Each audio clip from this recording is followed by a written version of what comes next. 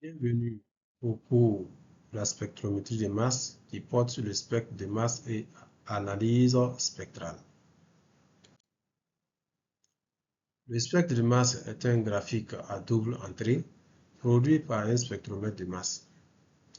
Il présente le courant d'ion mesuré en fonction du rapport masse sur la charge. Le spectre de masse est un diagramme qui se présente comme suit.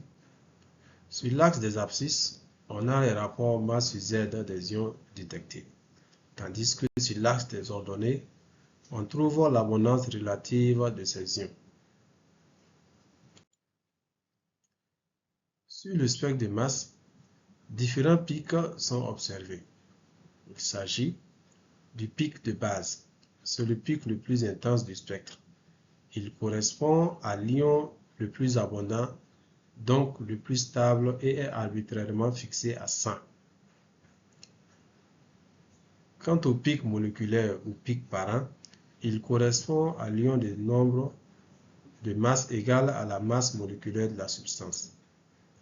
De même, le pic fragment correspond aux différents ions fragments.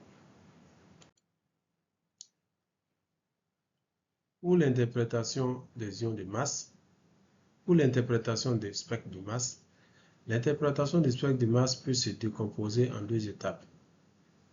Première étape, il s'agit de l'exploitation de l'ion moléculaire, notamment la masse moléculaire, la parité, les isotopes et la formule brute.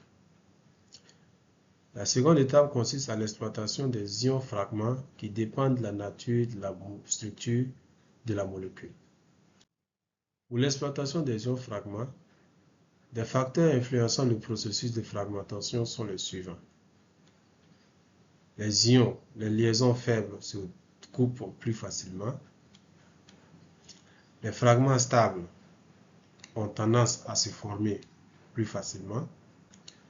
Les fragments avec réarrangement sont favorisés si la molécule possède un état transitoire de acide-centre.